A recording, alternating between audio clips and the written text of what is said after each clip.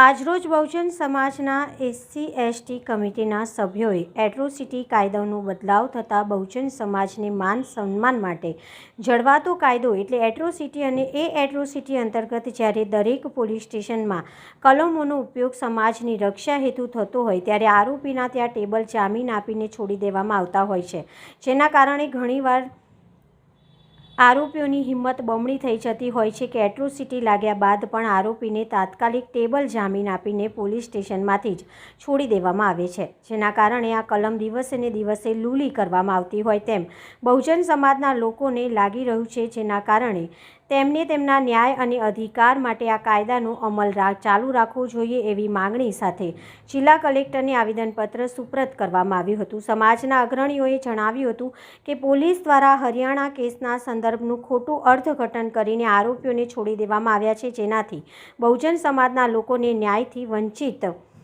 રહેવું પડે છે। देश पे वही राज करेगा जो संविधान का मान करेगा। આ દેશની અંદર તમે અગાઉ પણ જોયું હશે કે પ્રધાનમંત્રી જ્યારે સંસદ નવું ભવન બન્યું અને ત્યારે જે સેંગોલ લઈને અંદર એન્ટ્રી લીધી ત્યારે અનુસૂચિત જનજાતિના રાષ્ટ્રપતિને પણ બાજુ પર મૂકવામાં આવેલા અને રાષ્ટ્રપતિને બાજુ પર મૂક્યા પછી જ્યારે આ લોકશાહીની ઢબે જ્યારે ચૂંટણીની અંદર પરિણામ આવ્યું તો સંવિધાનને સાષ્ટાંગ નમસ્કાર કરવા પડ્યા। આજે એ જ વાત ફરીથી વડોદરા ખાતે કહીશ, મારા સામાજિક આગેવાનો ભાઈ શ્રી કંચનભાઈ દેવિયાનીબેન તમામ સંગઠનો સાથે આજે આવેદનપત્ર લઈને આવ્યા છે। આવેદનપત્રનો મુખ્ય હેતુ ફક્ત એક ને એક જ છે કે આ ગુજરાત રાજ્યની પોલીસ સત્તાકીય સરકાર દ્વારા રાજકીય પક્ષોના ઇશારે અર્ણેશ કુમારના બિહારનું જે જજમેન્ટ છે એનું ખોટું અર્થઘટન કરીને આરોપીઓને ટેબલ પર જામીન આપીને જે છોડી દેવામાં આવે છે એ તદ્દન ખોટી અને વાહિયાત વાત છે। એ બાબતે આજે અમે સમગ્ર સંગઠનો આજે વિરોધ કરીએ છીએ। થોડા દિવસ પહેલાં ગુજરાતના તમામ રાજ્યના સંગઠનોએ પણ વિરોધ કરેલો છે। આજે એને સમર્થન રૂપે પણ આજે અમે વડોદરામાંથી વાત કરી રહ્યા છીએ કે આ એટ્રોસિટીના કાયદાનું ચુસ્ત રીતે અમલ થવું જોઈએ અને લોકશાહીની ઢબે જ્યારે સંવિધાનની સોગંદ થઈને બેઠેલા વહીવટીતંત્રના અધિકારીઓ કે જે લોકોએ અધિકારીતા દરમિયાન સોગંદ લીધી હોય એનું ચુસ્તપણે પાલન કરે એવી આજે અમારી નમ્રતાપૂર્વક અપીલ છે। પણ જો એને નહીં પાલન કરવામાં આવે તો આઝાદીની અંદર જે આદિવાસીઓ અને દલિતોએ જે પેશવા બનીને જે કર્યું છે એ પણ અમારી આવડતની વાત છે, પણ અમે સંવિધાનમાં માનીએ છીએ એટલે આજે અમે આ અધિકારીઓનો નમ્રતાપૂર્વક આવેદનથી સમજાવી રહ્યા છીએ। મહેશ સોલંકી, સંવિધાન બચાવો સમિતિ સંયોજક, વડોદરા શહેર।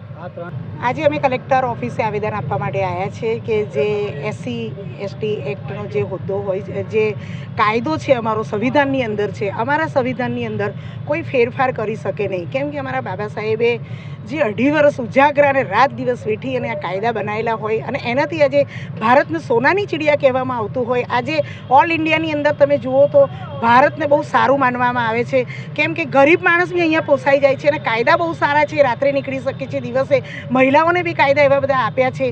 અને આ કાયદો જે એટ્રોસિટીનો જે કાયદો છે કે જે ટેબલ ઉપર જામીન મળી જાય છે એ કયા હેતુથી એ લોકોએ સંવિધાનમાંથી કાઢી અને પોલીસ એમની મરજી કરી અને આ ચલાવી રહી છે। આ તો પછી અમારી પાસે તો કોઈ હથિયાર જ ના રહ્યું ને, તો મારે તો એ પણ કહેવું છે તો પછી આ બહુજન સમાજવાળાને હથિયાર આપી દો, તમે અમારું હથિયાર તમે છીનવી લીધું છે કાયદો, કેમ કે અમારે તો એ જ વર્કના કામ કરવા પડે છે।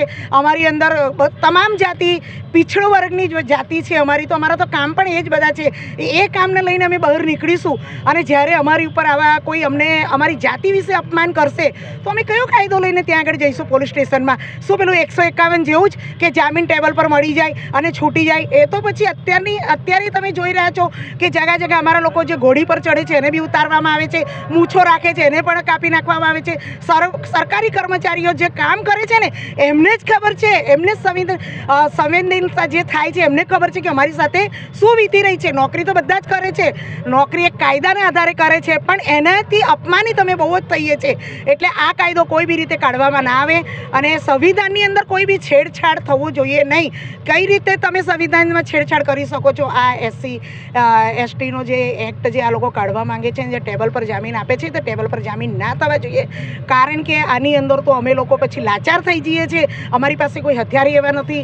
બીજી વાત છે કે ઘણા લોકો જે આ બિહારથી જે જજમેન્ટ લઈને આવ્યા છે, અને જે એ જજમેન્ટના આધારે પોલીસ આજે આટલી બધી દાદાગીરી કરે છે, તો પછી અમે જ્યારે જ્યાં SC STને લઈને અમે ત્યાં પોલીસ સ્ટેશનમાં જઈએ છીએ એટ્રોસિટી કરાવવા માટે, ત્યારે ત્યાં ટેબલ પર જો જામીન મળતા હોય તો ત્યાંનો અધિકારી કેમ એની ઇન્વેસ્ટિગેશન નથી કરી શકતો ને ACPને કેમ બોલાવે છે?